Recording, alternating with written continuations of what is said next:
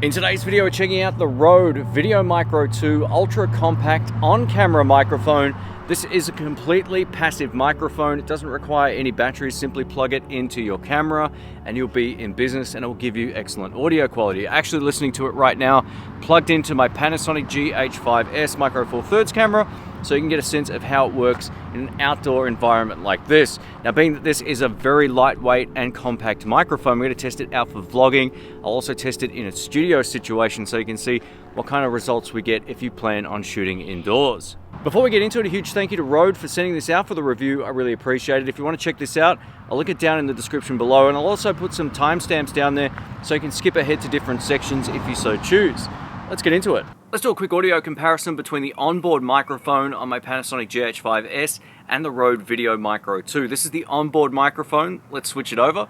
And back to the Rode Video Micro 2. This should sound far better. Let us know in the comments section what you think of the audio quality. All right, if you're a vlogger, this test is for you. So we're going to test out the new Helix ISO shock mount. I'm just going to walk as I would normally. I'm over to my Panasonic GH6 right now because it has a stabilization system that really rocks for vlogging. So we're going to check out whether or not this works in a walk and talk situation without picking up any low end thuds from my feet. I'm walking as I would normally. I'm not doing anything special right now. I'm going to test out how well the microphone is isolated within this new Helix ISO shock mount system. I've tested this already. I know it works pretty well. So if there's any major complaints with this, I'll mention it at the end of the video, but odds are this should be doing a really great job. I'm just going to pick up the pace a little bit here. So if you're doing something nice and fast, does it pick up any handling noise? Or is it just nice, clean audio? I guess we'll find out. Let's do an off-axis rejection test. So while I'm talking, there's cars going by behind the actual camera. So the idea of this is to see how well it isolates my voice as opposed to picking up the car noise that's behind the microphone. So a supercardioid polar pattern helps eliminate noise from the side of the microphone and from behind while focusing in on whatever it's pointed at. So we'll see just how well it handled this, and I'll comment on that when I get home. Included in the box, we get everything we need to get started. We get the microphone, the Helix ISO shock mount, two different windsocks. This one is the foam windshield designed to stop the plosives, which are those P and B words, from ruining your audio. This is best used indoors if you're talking in close proximity to the microphone in a voiceover situation or just really closely to the mic. That's where you want to use this. Now for outdoor use, I'm using the furry windshield. These work great. I've covered up the microphone the best that I can, and there is a bit of wind while I sit here right now, so hopefully the audio is still sounding great. Included, we also get a 3.5mm audio jack designed for mirrorless cameras and a 3.5mm TRS to TRRS connector, which has an extra ring on it designed for mobile phones and tablets that support that connector. Now, not everyone buying a microphone like this will want it for vlogging, so what we're going to do now is record some ambient sounds. We're going to go down to the creek here and see what the audio quality is like.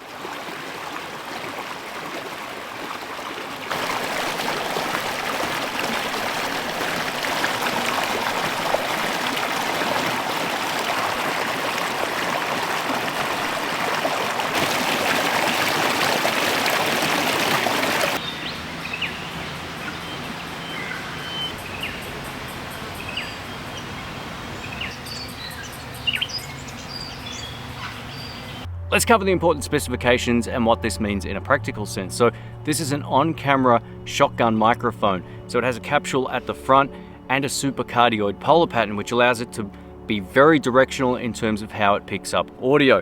This also helps reject sound from the side of the microphone and from behind it. So whatever you point it at, that's the thing that will be in focus when it comes to the audio, more so than anything else. The Rode Video Micro 2 comes in at only 39 grams in weight, and I'll put the ounces equivalent on screen. It is super lightweight. With it on or off the camera for vlogging, you don't even notice a difference. That's how light it is. The Rode Video Micro 2 doesn't run on batteries. You can simply just plug it into your camera and you'll be in business. This is awesome, and it's one less thing that can go wrong if the battery's ever flat, so well done. The microphone is made of metal, which was really surprising given the fact it's only 39 grams in weight, so that's always a good thing. And Rode are using something called annular line tube technology for a natural and full-bodied sound. So the closer you get to this, the bigger it's going to sound. As you move back, it's going to give you a more natural sound. This is also a great microphone for getting better quality scratch audio if you're not in a position just using this as your main microphone. Let's have a listen to how the microphone responds at different distances. So I'm less than a foot away from the microphone. I can touch it with a bent arm. Let's move back a little bit. Now I'm about 1.5 meters or about 4 feet away from the microphone. The gain on the mic is set exactly the same. I think I'm sweating. It's the first day of summer. Whew. And now I'm about twice the distance away from the microphone. I don't know if it'll hear me that well from back here, but I'm going to give it a shot.